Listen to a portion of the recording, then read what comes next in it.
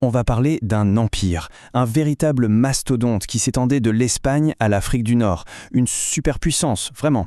Et puis, en moins d'une vie d'homme, il a complètement disparu de la carte. C'est ça, l'histoire incroyable et spectaculaire de la chute des Almohades. Voilà la question au cœur de tout. Comment est-ce possible? Comment un colosse pareil, qui semblait indestructible, peut s'effondrer comme ça en à peine 69 ans? Bon, la réponse, ce n'est pas une seule chose évidemment.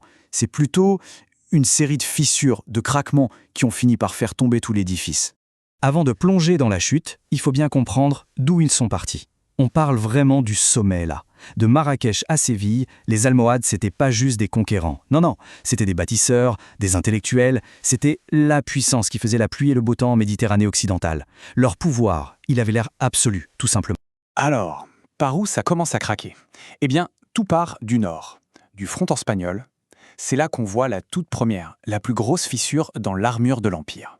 Retenez bien cette date, 12-12, une seule année. Mais c'est l'année charnière.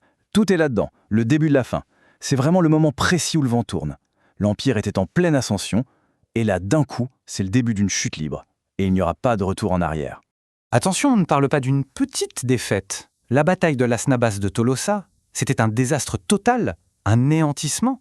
Toute l'élite de l'armée almohade, balayée, écrasée par une coalition de royaumes chrétiens. Ce jour-là, ce n'est pas juste des soldats que l'Empire a perdus. C'est son aura, son image d'invincibilité en Espagne. Et ça, c'était pour de bon. Et alors là, regardez la vitesse à laquelle tout s'enchaîne. Après cette défaite, c'est un effet domino impossible à arrêter. Hop, 1236, Cordoue tombe. Cordoue, quand même, tout un symbole. 12 ans plus tard, à peine, 1248, c'est au tour de Séville, leur capitale en Al-Andalus. En même pas 40 ans, tout leur empire en Espagne, c'est fini, c'est du passé. Et comme si ça ne suffisait pas, ce désastre au nord, eh bien pendant que les Almohades sont en train de se vider de leur sang en Espagne, un autre danger, mortel lui aussi, est en train de naître. Pas à l'étranger, non, chez eux, au sud, au cœur même de leur territoire. Alors, qui sont-ils, ces Mérinides? Ce ne sont pas des inconnus qui débarquent de nulle part, non, c'est bien pire que ça. Ce sont, en quelque sorte, les loups dans la bergerie.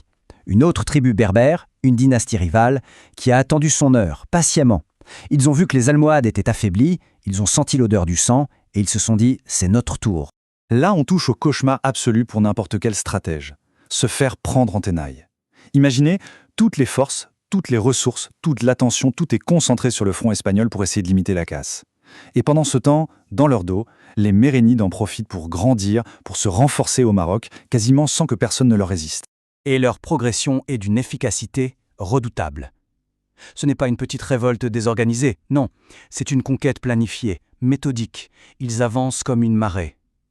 D'abord, ils prennent le contrôle du nord. Ensuite, les villes clés tombent les unes après les autres. En faisant ça, ils coupent les routes, ils coupent les vivres, ils étranglent petit à petit le pouvoir almohade, jusqu'à le coincer dans sa propre capitale, Marrakech. On arrive maintenant au moment final, le coup de grâce.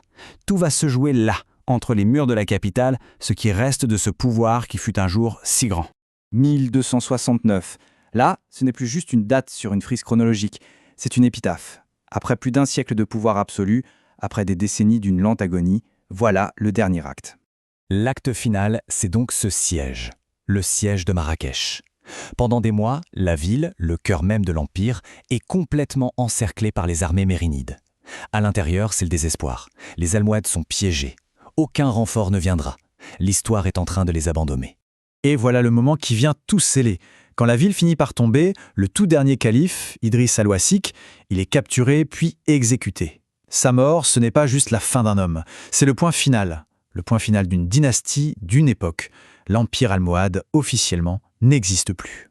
Bon, maintenant qu'on a vu toute l'histoire, qu'est-ce qu'on en retient? Ce qu'il faut bien comprendre, c'est que la chute des Almohades, ce n'est pas un coup de malchance, pas du tout. C'est une accumulation de problèmes, tous liés les uns aux autres. Alors, si on résume, d'un côté, on a une pression extérieure constante, la Reconquista, qui les sagne à blanc, qui leur coûte des hommes, de l'argent, des territoires. De l'autre, on a une menace intérieure, les Mérinides, qui sont là, malins, opportunistes et qui profitent de chaque faiblesse. Mettez ces deux forces ensemble, en même temps, et vous obtenez une situation impossible, intenable. C'est la définition même du piège stratégique. Et tout ça, ça nous amène à une question qui dépasse largement cette époque, une question presque intemporelle. L'histoire des Almohades, c'est la démonstration parfaite, mais terrible, d'une règle de base en stratégie. Peu importe à quel point on est puissant, se battre sur 2 fronts en même temps, c'est quasiment une condamnation à mort. Leur chute, ce n'est pas juste une anecdote historique, c'est un avertissement, une leçon que l'histoire d'ailleurs n'arrête pas de nous répéter. La vraie question, c'est de savoir qui prend le temps d'écouter.